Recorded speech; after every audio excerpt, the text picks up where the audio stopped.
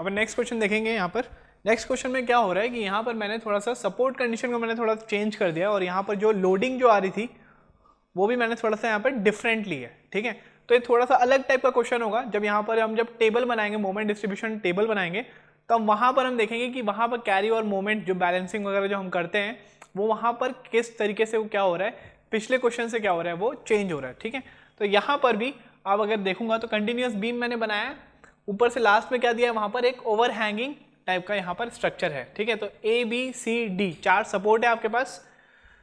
पहला support 5 meter, 4 meter, 3 meter और D से ई आपके पास एक ओवर हैंगिंग स्ट्रक्चर है, वो कितना है आपके पास 2 मीटर, ठीक। तो यहाँ पर आपके पास ए बी स्पैन में आपके पास 40 किलो न्यूटन का आपके पास पॉइंट लोड है, बी सी स्पैन में 20 का, सी डी में आपके पास यूडीएल लगा हुआ है, ठीक है। तो ये आपके पास क्वेश्चन है। ई आई आपको बोल दिया है कांस्टेंट है, ई आई कैसा है आपके पास कांस्टेंट है। तो यहाँ पर अगर मैं बोलूँ तो सबसे पहले स्टेप नंबर 1 में, स्टेप नंबर 1 पे हम क्या बनाते हैं, फिक्स्ड एंड मोमेंट्स, क्लियर। अगर मैं फिक्स्ड एंड मोमेंट्स बनाया कौन से वाले स्ट्रक्चर के लिए, सबसे पहले वाले स्पैन के लिए जो कि है हमारे पास कौन सा, ए बी स्पैन, ए से बी स्पैन है। यहाँ पर कुछ this one is 3 meter, so this one will be 2 metre.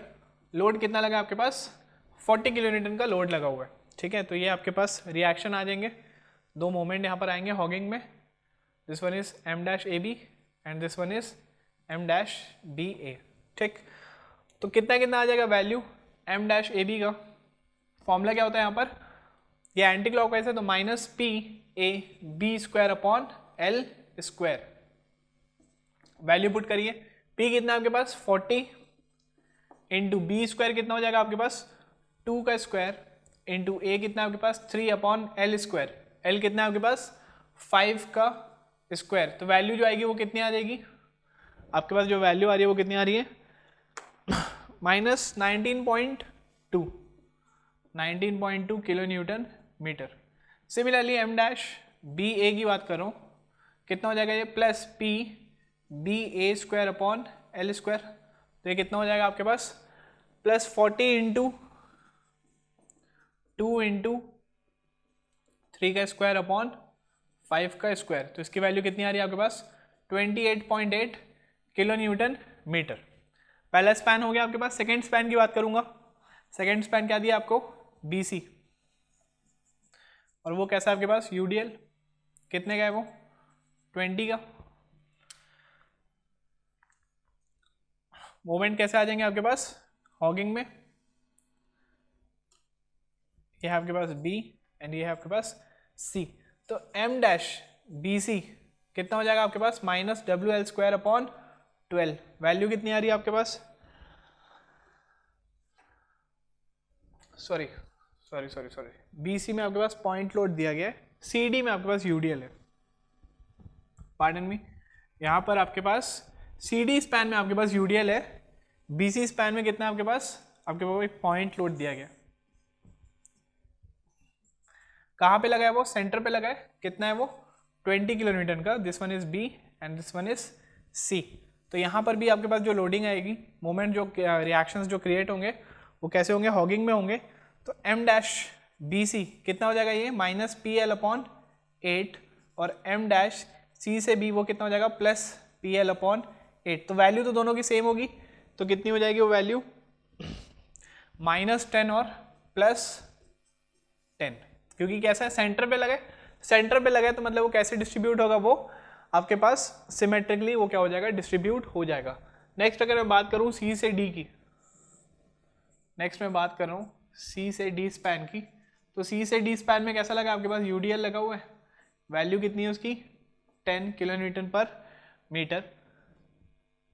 तो यहाँ पर भी आपके पास क्या हो गया, यहाँ पर भी आपके पास रिएक्शन जो डेवलप होंगे, this is M dash C D and this is M dash D से सी। तो एम डैश सी डी अगर मैं बोलूँ तो कितना हो जाएगा आपके पास माइनस डब्ल्यू एल स्क्वायर बाय 12 और एम डैश डी से सी बोलूँगा तो ये कितना हो जाएगा plus W L square by 12। L कितना है आपके पास, एल है आपके पास 3 मीटर, तो हो जाएगा -20 इंटू 3 का square upon 12, this is +20 into 3 का स्क्वायर अपॉन 12। वैल्यू बताइए इसकी, जल्दी से इसकी वैल्यू बता दीजिए। तो आपके पास जो वैल्यू आ रही है वो कितनी आ रही है आपके पास 7.5।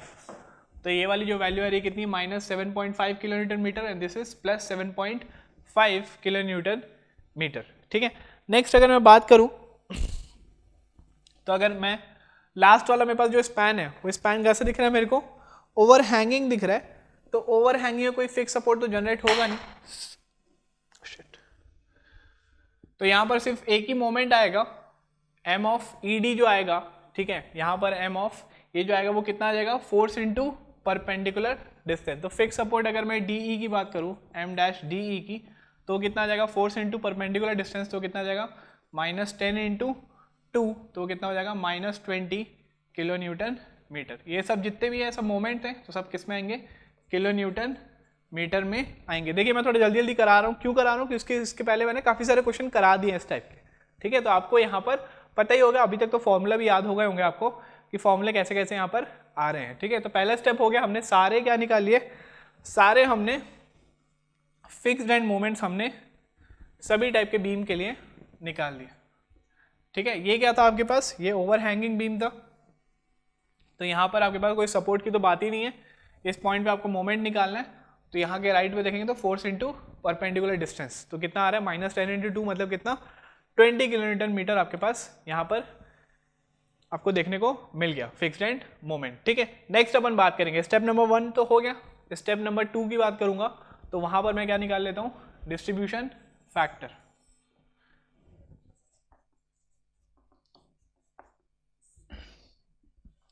तो सबसे पहले जॉइंट्स में देख लेते हैं। तो जॉइंट्स कौन कौन से, जॉइंट्स अपन किसको बोलते हैं, यहाँ पर आपके पास एक से ज्यादा मेंबर क्या हो रहे हैं आपके पास ज्वाइन हो रहे हैं। तो बी में आप देखिए तो बी से ए भी जुड़ रहा है, बी से सी भी जुड़ रहा है, तो जॉइंट बी आपके पास है।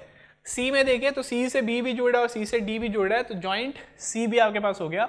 डी से भी आप बोल सकते हो कि डी से सी भी जुड़ रहा है और डी से ई भी जुड़ रहा है, तो आपके पास वो भी एक टाइप का जॉइंट हो गया। तो यहाँ पर आप बी भी लिख सकते हैं, सी भी लिख सकते हैं और डी को भी आप क्या करेंगे यहाँ पर नोट डाउन करेंगे। नेक्स्ट अगर मैं मेंबर्स की बात करूं तो बी से कितने मेंबर्स जुड़ रहे हैं, यहाँ पर बी से आपके पास बी ए भी जुड़ रहा है और बी सी भी जुड़ रहा है।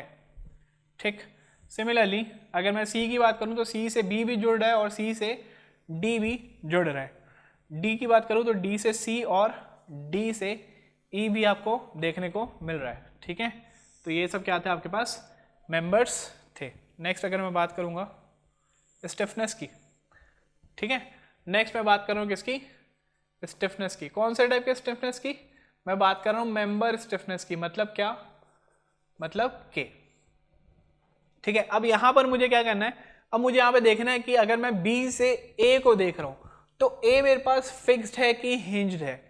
बी से अगर मैं सी को देख रहा हूं तो सी मेरे पास फिक्स्ड है कि वो कैसा है आपके पास हिंज्ड है। तो यहां पर चलिए, यहां पर अगर मैं बात करूं फिर से बना देता हूं एक बार छोटा सा।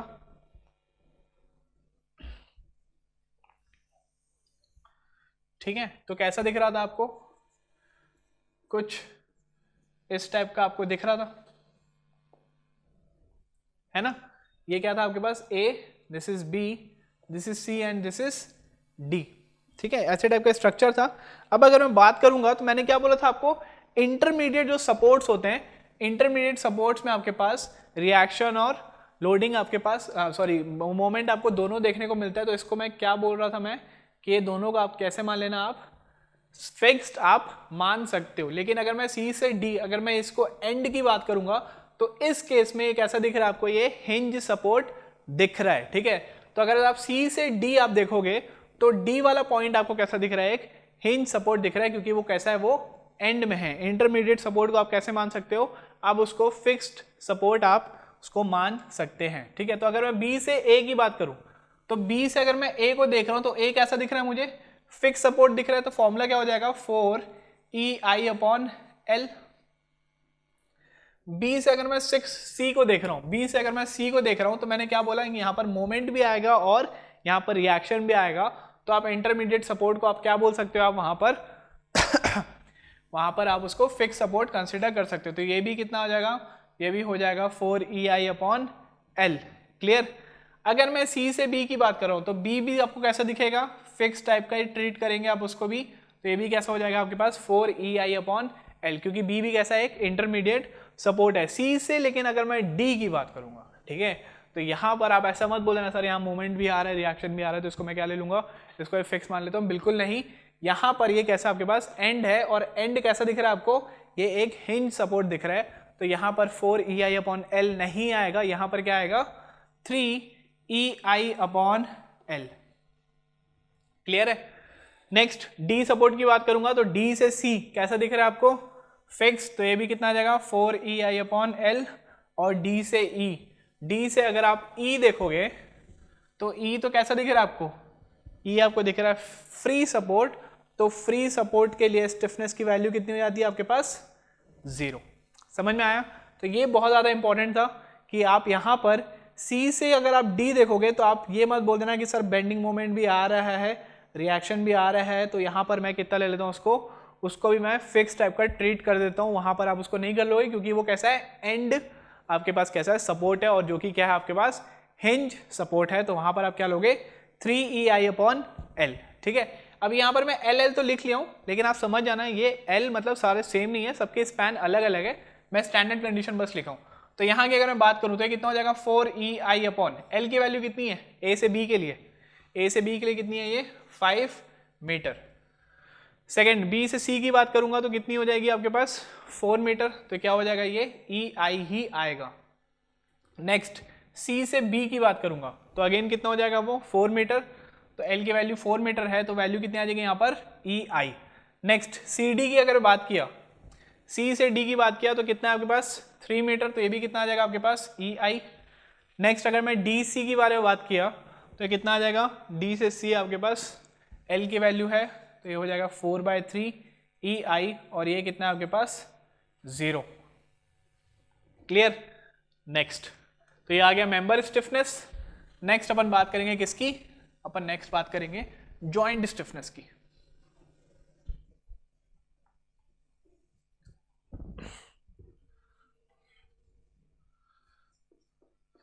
This one is joint stiffness summation K। ठीक है, तो ये दोनों को आप ऐड कर दीजिए, 4/5 अगर आप करोगे तो आपकी वैल्यू कितनी आ रही है यहाँ पे,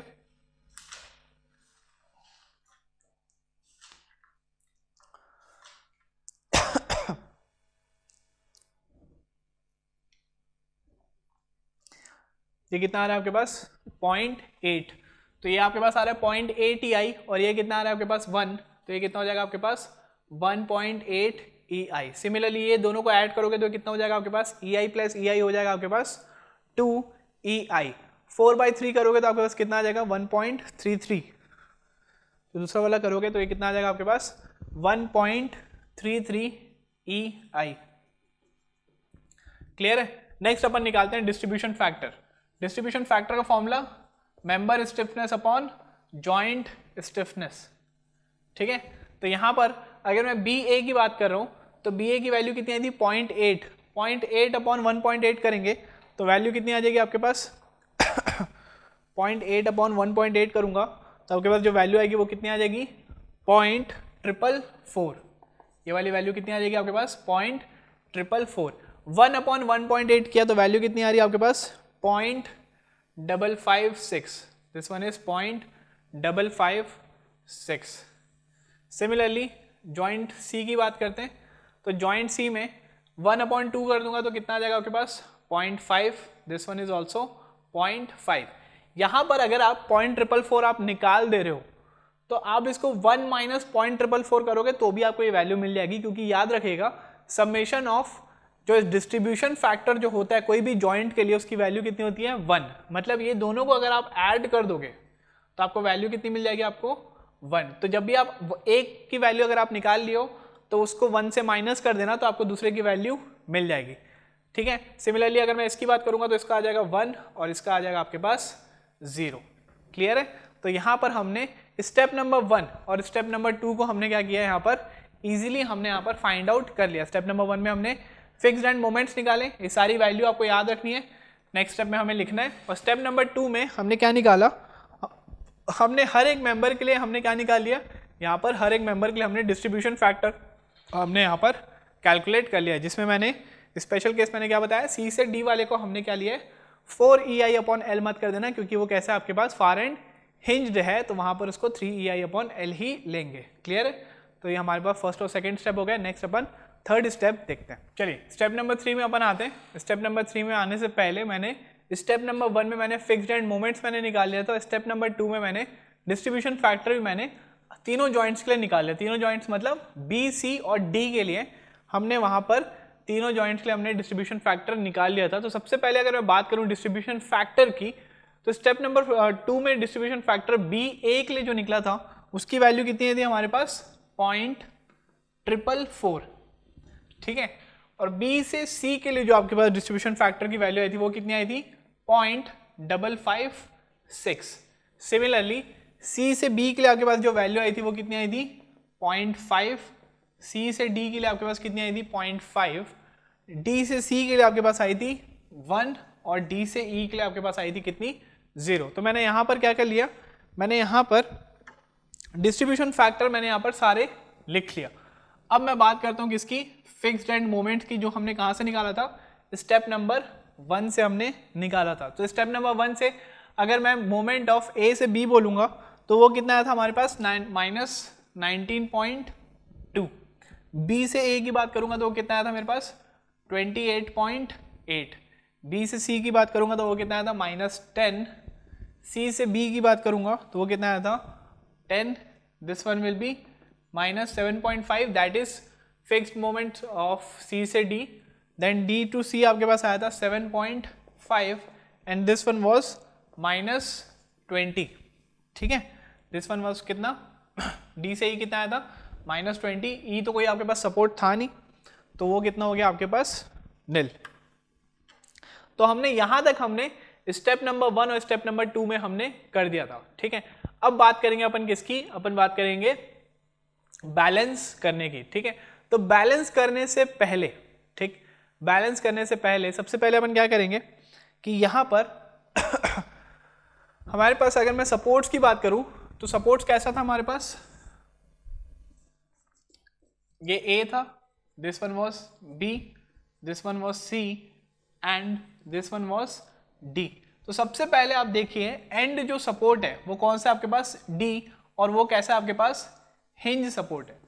तो हिंज सपोर्ट को मैं सबसे पहले बैलेंस करने की कोशिश करता हूँ। ठीक है, तो सपोर्ट डी जो है उसको अगर मैं बैलेंस करूंगा तो summation of M of D, balance अपन जो करते हैं तो वो कितना आना चाहिए हमारे पास 0।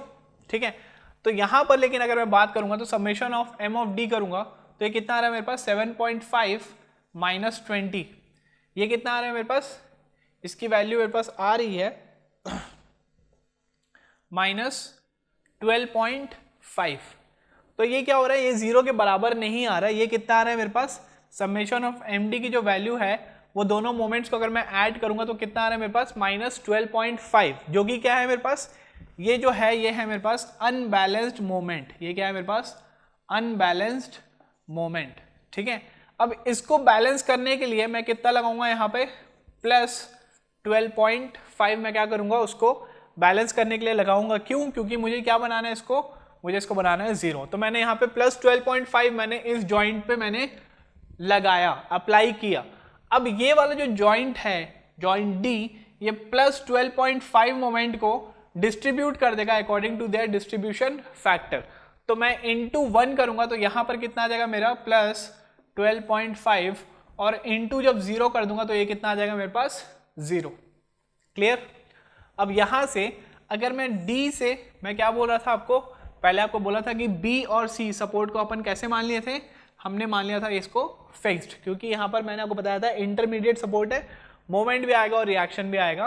तो अब मेरे को बताइए डी से ये सी सपोर्ट जो कि हमारे पास फिक्स दिख रहा है, तो वहां पर कैरी ओवर मोमेंट भेजेगा क्या, बिल्कुल वो क्या करेगा, यहाँ पर कैरी ओवर मोमेंट क्या करेगा, यहाँ पर वो भेजेगा। कितना भेजेगा वो, जस्ट उसका हाफ कितना होता है 12.5 का, तो ये कितना हो जाएगा +6.25।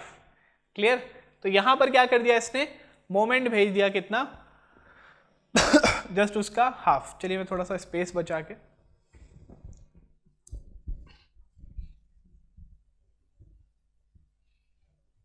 ये क्या कर दिया उसका, जस्ट उसका उसने हाफ भेज दिया, कितना 6.25, तो यहाँ पर आ गया आपके पास प्लस 6.25।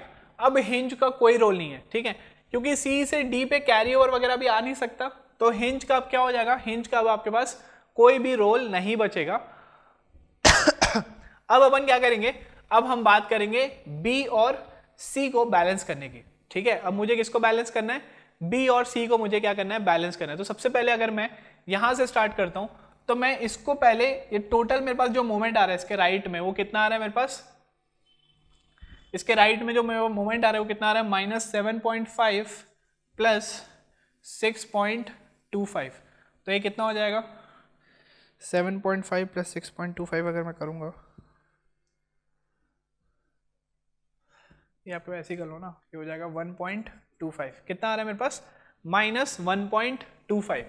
तो यहाँ पे इसके लेफ्ट में कितना है मेरे पास 10, और इसके जस्ट राइट में मेरे पास कितना है -1.25। ध्यान दीजिएगा ना, इसके राइट में जो समेशन, जो आपके पास जो रिजल्टेंट आपके पास जो मोमेंट है वो कितना है मेरे पास -1.25, और इसके लेफ्ट में कितना है मेरे पास 10। तो मतलब कि मैं क्या बता रहा हूं आपको कि यहां पर 10 है और यहां पर कितना है -1.25। तो इसको अगर मैं अनबैलेंस्ड मोमेंट देखूंगा तो कितना है ये, 10 - 1.25 किया मैंने, तो कितना है मेरे पास 8.75।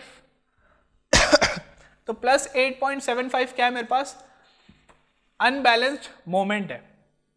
और इसको अगर मैं बैलेंसिंग मोमेंट लगाया तो कितना लगाऊंगा मैं, -8.75। तो मैं यहाँ पे -8.75 में क्या कर रहा हूँ, यहाँ पर इंड्यूस कर रहा हूँ, बैलेंसिंग मोमेंट लगा रहा हूँ, और वो डिस्ट्रीब्यूट कैसे हो जाएगा, वो डिस्ट्रीब्यूट हो जाएगा उसका हाफ में। तो 8.75 डिस्ट्रीब्यूट कर दूंगा तो ये कितना आ जाएगा मेरे पास यहाँ पर ये आ जाएगा कितना, इसका हाफ 4.38, ठीक है। तो यहाँ से मेरे पास आ जाएगा 4.38। तो इसको अगर मैं डिस्ट्रीब्यूट किया तो -4.38 and this one is also -4.38। इसको मैंने क्या कर दिया, मैंने इसको बैलेंस कर दिया। यहाँ पर 10 था और यहाँ पर कितना था मेरे पास -1.25, तो 10 और -1.25 को बैलेंस किया। तो उसके लिए मैंने जितना लगाया वो कितना लगाया मैंने, -8.75 लगाया, और दोनों डिस्ट्रीब्यूशन फैक्टर से क्या मल्टीप्लाई हो गया, कितना आ गया -4.38 और -4.38। सिमिलरली अगर मैं इसको बैलेंस करना चाहूंगा तो ये कितना हो जाएगा, ये दोनों का जो एडिशन होगा, मोमेंट समेशन ऑफ बी की बात करूंगा मैं, समेशन ऑफ एम बी की बात करूंगा तो कितना है 28.8 -10 कितना हो जाएगा मेरे पास 18.8। अब ये 18.8 क्या है मेरे पास, अनबैलेंस्ड है। मेरे पास 18.8 क्या है मेरे पास, अनबैलेंस्ड है। तो बैलेंस करने के लिए कितना लगाऊंगा मैं, -18.8 लगाऊंगा, और ये डिस्ट्रीब्यूट कैसे होगा, -18.8 इंटू 0.444 किया तो यहां पर जो वैल्यू आएगी वो कितनी आ जाएगी यहां पर वैल्यू आ जाएगी -8.35। कैसे आई ये, -18.8 इंटू 0.444 किया मैंने तो कितनी आ गई मेरे पास -8.35। सिमिलरली -18.8 इंटू 0.556 करूंगा तो मेरे पास जो वैल्यू आएगी वो कितनी आ जाएगी -10.45। क्लियर है। तो यहां पर मैंने क्या किया, दोनों जॉइंट को मैंने क्या कर दिया, यहां पर मैंने दोनों जॉइंट को मैंने बैलेंस कर दिया है। अब ये वाले मोमेंट मैंने खुद से लगाए हैं। अब यहां पर मैंने ये वाले मोमेंट मैंने खुद से यहां पर क्या किया, मैंने इंड्यूस किए हैं। क्यों इंड्यूस किए मैंने, क्योंकि उसको मुझे बैलेंस करना है, ठीक है। तो सिंस यहां पर मैंने मोमेंट यहां पर मैंने खुद से लगाए हैं, अब यहां पर ये क्या करेगा, ये आपस में कैरी ओवर भी भेजेगा। तो कैरी ओवर कैसे भेजेगा ये, तो कैरी ओवर की बात करूंगा तो ये वाला मोमेंट ए सपोर्ट कैसा दिख रहा है आपको, फिक्स्ड, तो कैरी ओवर भेज देगा कितना, उसका जस्ट हाफ। सिमिलरली ये वाला जो मोमेंट है ये सी पे क्या कर देगा, कैरी ओवर भेज देगा, क्योंकि वो भी कैसा अपन ट्रीट कर रहे हैं, उसको भी एज अ फिक्स ट्रीट कर रहे हैं। ये वाला जो मोमेंट है ये भी आपके पास बी सपोर्ट पे क्या कर देगा, as a carry over moment वहां पर क्या कर देगा, डिस्ट्रीब्यूट कर देगा। लेकिन अगर आप बोलोगे कि सर सी से डी भी हमें भेजना पड़ेगा क्या, तो नहीं, क्योंकि डी कैसा है हमारे पास, हिंज सपोर्ट है, और हिंज सपोर्ट पे कैरी ओवर क्या होता है, मोमेंट डेवलप नहीं होता है। ठीक है, तो यहां पर कैरी ओवर नहीं आएगा। ठीक, तो अगर मैं बात करूंगा तो -8.35 यहाँ पर अगर हाफ भेज रहा है, ठीक है, तो इसको मैं बोल देता हूँ कि यहाँ पर मैंने क्या किया, यहाँ पर मैंने बैलेंसिंग कर दिया, और यहाँ पर मैं क्या भेज रहा हूँ, यहाँ पर मैं भेज रहा हूँ कैरी ओवर मोमेंट। तो अगर मैं -8.35 का अगर मैं कैरी ओवर मोमेंट भेजा तो कितना हो जाएगा, -4.18। ठीक है, सिमिलरली -10.45 का भी मैं कैरी ओवर मोमेंट भेजा तो इसका हाफ हो जाएगा, तो कितना हो जाएगा, -5.225, या फिर इसको 5.23 लिख लीजिए, या 5.22 लिख लीजिए। इसका अगर मैं भेजूंगा तो कितना हो जाएगा, -2.38 कितना हो जाएगा, 19, -2.19। ठीक, तो यहां तक आपका क्लियर है। अब मेरे को बताइए, अब मुझे ये कैरी ओवर जो मोमेंट जो आया है बी और सी पे, इसको भी हमें क्या करना पड़ेगा, बैलेंस करना पड़ेगा, बिल्कुल। ठीक है, तो यहां पर कितना है, ये 0, इसको भी एज ए 0 ट्रीट कर लो। अब ये दोनों को और ये दोनों को आपको क्या करना है, बैलेंस करना है, जैसे इसके पहले वाले क्वेश्चन में किए थे। तो -2.19 अभी क्या है, यहाँ पर अनबैलेंस्ड क्या है, मोमेंट है। यहाँ पर क्या है, अभी -2 अनबैलेंस्ड मोमेंट है। इसको बैलेंस करने के लिए, मतलब इसको 0 बनाने के लिए मैं यहाँ पर कितना इंड्यूस करूंगा, +2.19। इसको 0 बनाने के लिए मैं +2.19 को मैं क्या करूंगा, वहां पर अप्लाई करूंगा, और +2.19 यहाँ पर क्या हो जाएगा, according to their distribution factor क्या होगा, वो डिस्ट्रीब्यूट हो जाएगा। तो +2.19 इंटू 0.444 किया मैंने, तो कितना है मेरे पास, यहाँ पर आ गया +0.97। क्लियर है। सिमिलरली +2.19 इंटू 0.556 करूँगा तो वो कितना आ जाएगा मेरे पास, वो आ जाएगा 1.22। बैलेंसिंग मोमेंट लगा दिया मैंने। सिमिलरली सी पॉइंट की अगर मैं बात करूंगा तो यहां पर मेरे पास अनबैलेंस मोमेंट कितना है, -5.22। इसको 0 बनाने के लिए, ठीक है, मैं यहां पर कितना अप्लाई करूंगा, मैं +5.22 में यहां पर अप्लाई किया, और ये दोनों जगह पे बैलेंस करके जो डिस्ट्रीब्यूट करेगा वो कितना डिस्ट्रीब्यूट करेगा, दोनों जगह हाफ हाफ, मतलब +5.22 का हाफ कितना हो जाएगा आपके पास,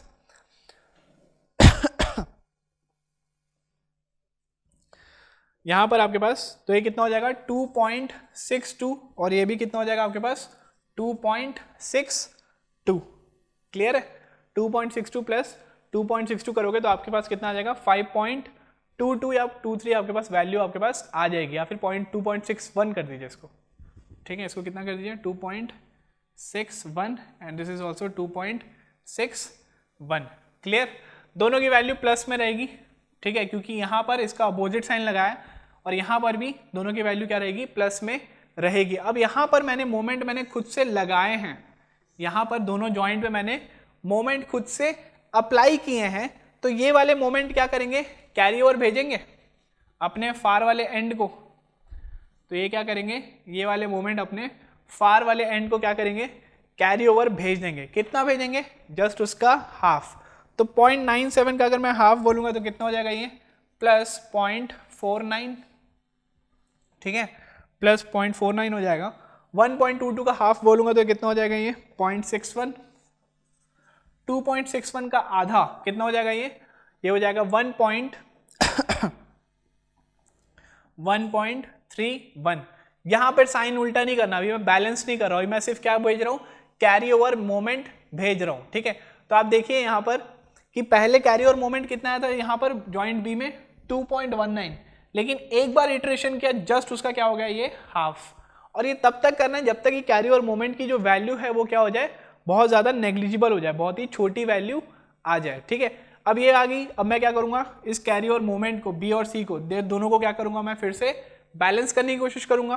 तो यहां पर कितना, ये 1.31 है, इसको 0 बनाना है मुझे, तो अप्लाई कितना करूंगा मैं, -1.31, और दोनों को डिस्ट्रीब्यूट कैसे कर दूंगा, -1.31 इंटू 0.444, ये वाली वैल्यू आ जाएगी, -1.31 इंटू 0.556 करूंगा तो ये वाली वैल्यू आ जाएगी। तो वैल्यू देखते हैं कितनी कितनी है, -1.31 इंटू 0.444 किया तो ये वैल्यू कितनी आ गई, -0.58। सिमिलरली -1.31 इंटू 0.556 करूंगा मैं, तो मेरी वैल्यू कितनी आ रही है, -0.73।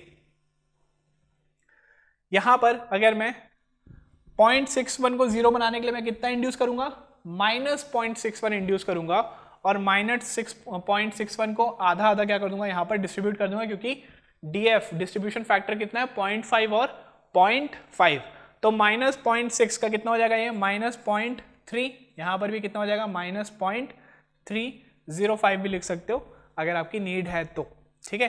तो ये दोनों को मैंने बैलेंस कर दिया मैंने। अब क्या होगा, ये दोनों मोमेंट मैंने लगा दिया, सिंस मैंने मोमेंट खुद से अप्लाई किया हूं, तो ये क्या करेगा, ये वाले मोमेंट क्या करेगा, फिर से कैरी ओवर भेजेगा, तो ये यहां पर फिर से कैरी ओवर भेजेगा। बी से सी क्यों भेज रहा है, क्योंकि बी से सी भी आपको कैसा दिख रहा है, फिक्स्ड। बी से सी भी अगर आप देख रहे हो तो आपको कैसा दिख रहा है, फिक्स्ड। सी से बी भी आप देख रहे हो तो आपको कैसा दिख रहा है, फिक्स्ड। उसको हम कैसे ट्रीट कर रहे हैं, एज अ फिक्स्ड सपोर्ट हम वहां पर ट्रीट कर रहे हैं। तो 0.58 का हाफ करूंगा तो कितना होगा, ये हो जाएगा -0.29, 0.73 का हाफ तो ये कितना हो जाएगा, -0.37,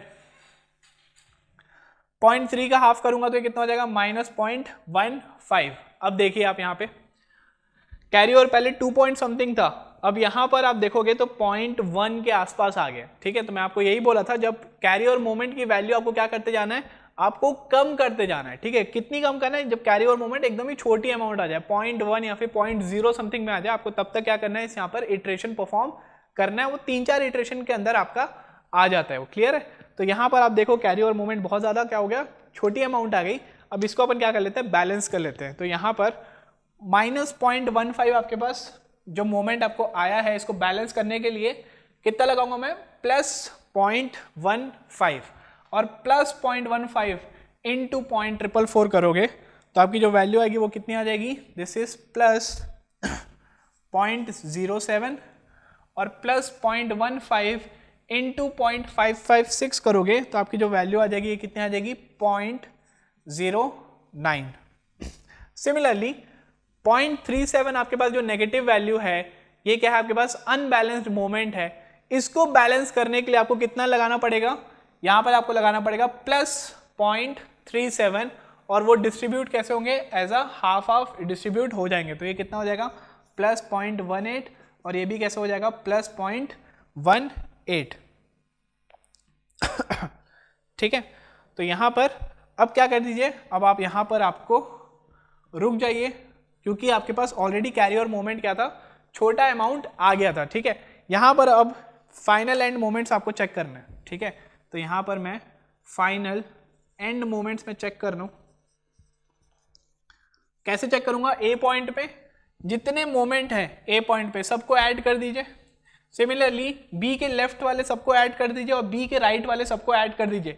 अगर आपने कोई मिस्टेक नहीं की है तो दोनों वैल्यू आपकी क्या आ जाएगी, सेम आ जाएगी। अगर आपने मिस्टेक किया है तो लेफ्ट और राइट दोनों वैल्यू क्या हो जाएगी, आपके पास डिफरेंट आएगी, ठीक है। तो सबसे पहले अपन देखेंगे तो ए पॉइंट पे कितना आ रहा है, -23.18, बी पे कितना आ रहा है आपके पास 20.91, यहां पर भी कितना आ रहा है -20.91, सी पे कितना आ रहा है ये 3.14 -3.14, डी पे कितना आ रहा है 20 और -20, ठीक है। तो ये क्या हो गया आपके पास, ये आपके पास आ गया फाइनल एंड मोमेंट्स, क्लियर। तो यहां पर मैं फाइनली सब लिख लेता हूं मैं।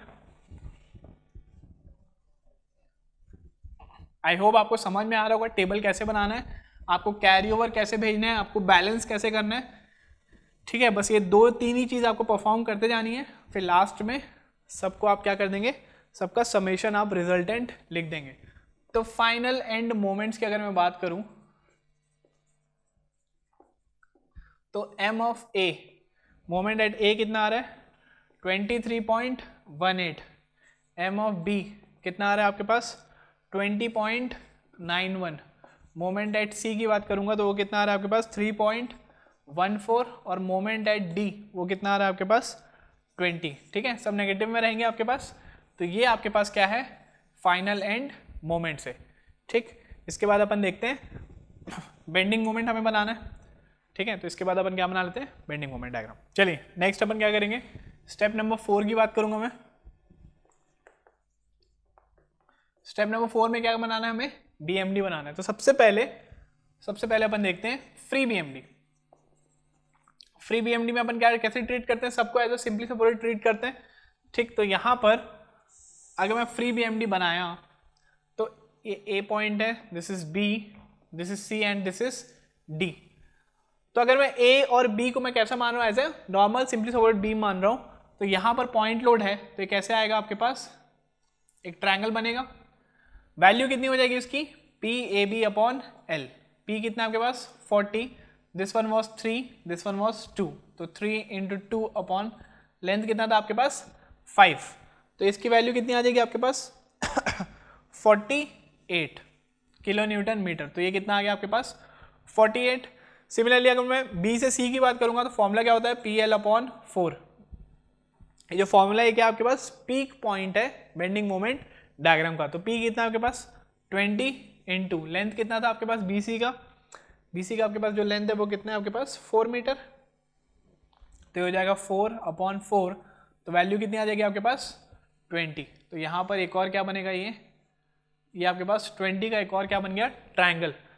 सी से डी स्पैन का कितना हो जाएगा ये W L square upon 8, W कितना है आपके पास 10, एल की वैल्यू कितनी है आपके पास 3 मीटर, तो हो जाएगा 3 स्क्वायर अपॉन 8, तो हो जाएगा 90 अपॉन 8 करेंगे तो वैल्यू कितनी आ जाएगी आपके पास 11.25। वैल्यू कितनी आ गई आपके पास 11.25, तो ये और नीचे आ गया, वैल्यू कितनी है 11.25, और डी से ई में तो कुछ है ही नहीं आपके पास, तो वहां पर आपके पास सपोर्ट नहीं है ना वो, तो बेंडिंग मोमेंट डायग्राम वहां पे नहीं बनेगा, ठीक है। नेक्स्ट अपन बात करते हैं किसकी फिक्स्ड एंड मोमेंट की। तो अगर मैं फिक्स्ड एंड मोमेंट की बात करूं तो मैं इसी में बना दे रहा हूं। फिक्स्ड एंड मोमेंट आपके पास कितना आया था एम ऑफ ए कितना आया था आपके पास, चलिए थोड़ा सा बड़ा बनाते हैं।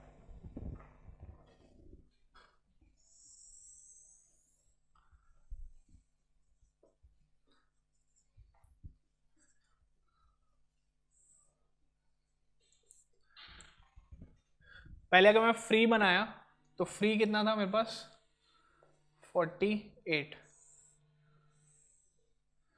ठीक है। फिर उसके बाद अगर मैं नॉर्मल सेंटर में पॉइंट लोड था तो उसकी वैल्यू कितनी आई थी मेरे पास 20, और दिस वन वॉज 11.25 क्या था आपके पास यूडीएल था, ठीक है। नेक्स्ट अपन बनाएंगे किसका फाइनल एंड मोमेंट्स बनाएंगे। तो एम ऑफ ए कितना आ रहा था आपके पास 23.18, तो वैल्यू कितनी है इसकी 23.18। सिमिलरली एम ऑफ बी की अगर मैं बात करूंगा तो कितनी आई थी वो 20.91, सॉरी 20.91। एम ऑफ सी की वैल्यू अगर मैं बोलूं तो कितनी आई है वो 3.14। एम ऑफ डी की वैल्यू अगर अपन देखें तो कितनी आई वो 20, तो उसकी वैल्यू कितनी आई आपके पास 20, ठीक है। और ये अगर मैं ज्वाइन करूंगा तो ये वाली अगर मैं ज्वाइन किया तो वैल्यू कितनी आ रही है मेरी, सबको अपन कैसे ज्वाइन करेंगे, सबको अपन एज अ स्ट्रेट लाइन क्या करेंगे इसको ज्वाइन करेंगे, ठीक है। सबको अपन कैसे ज्वाइन करेंगे स्ट्रेट लाइन ज्वाइन करेंगे, और कहां तक ज्वाइन होगा ये पूरा ई पॉइंट तक ज्वाइन होगा, ठीक है। पूरा कैसे ज्वाइन होगा ये ई पॉइंट तक ज्वाइन होगा, ठीक। तो अप टू द स्केल अगर आप बनाओगे तो आपको समझ में आ जाएगा कौन कौन से स्ट्रक्चर इसके जो बीएमडी है उसके ऊपर गए हैं, कौन कौन से उसके नीचे आए हैं। ऐसे में उतने अच्छे से समझ में नहीं आएगा, बट स्टिल जहां जहां पर भी क्या हो रहा है आपके पास, जहां जहां भी आपके पास जो कॉमन वाला जो एरिया रहेगा उसको आप शेड नहीं करना, और जो आपके पास सिंगल आपके पास क्या रहेगा एरिया रहेगा जहां पर आपके पास एक ही साइन है उसको आप क्या करोगे आप उसको शेड कर दोगे, ठीक है। तो अभी मैं इसमें समझा नहीं पाऊंगा क्योंकि हो सकता है ये मेरा, चलिए ठीक है, इसको अगर मैं बना के देखूं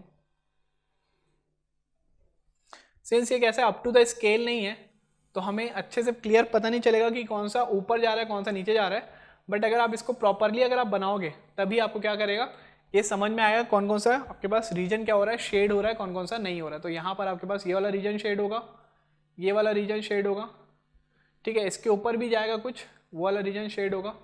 यहाँ पर अगर ऊपर कटा तो ये वाला रीजन शेड होगा, this one will B shaded, this one will B shaded and this one will B shaded, ठीक है। और जहाँ जहाँ पे कॉमन है, जहाँ पर आपके पास फ्री BMD भी आ रहा है, फिक्स BMD भी आ रहा है, तो वो वाले रीजन शेड नहीं होंगे। बाकी इस टाइप का आपका क्या बनेगा, फाइनल आपका BMD बन जाएगा, ठीक है। तो आपको पहले फ्री BMD बनाना है और फिक्स BMD, दोनों का आपको क्या करना है, सुपर इम्पोज करना है। तो आपको क्या हो जाएगा, आपका वहाँ से फाइनल BMD बन जाएगा। नेक्स्ट अगर मैं बात करूँ इसकी, तो सबसे इंपॉर्टेंट आपका यही वाला पैटर्न है, ठीक है। सबसे इंपॉर्टेंट क्या है आपके पास कि यहाँ पर बैलेंस कैसे करना है और उसका कैरी ओवर आपको कैसे कैसे भेजना है। That is the most important part of that moment distribution method, ठीक है। तो आई होप आपको ये 2 क्वेश्चन आपको बहुत अच्छे समझ में आए होंगे और इसके आगे के जो क्वेश्चंस होंगे आई होप वो आप सारे टाइप के क्वेश्चंस आप किसमें कैसे कर सकते हैं, आप इसको बना सकते हैं। तो प्लीज़ जो सिंपल टाइप के जो ऑब्जेक्टिव क्वेश्चन होते हैं उसको आप अच्छे से प्रैक्टिस करिएगा। इसका जो मैंने पहले से जो वीडियो बनाया था वो सारे वीडियोस को एक और बार चेक कर लीजिएगा। नेक्स्ट अपन इसके आगे बढ़ेंगे। All the best.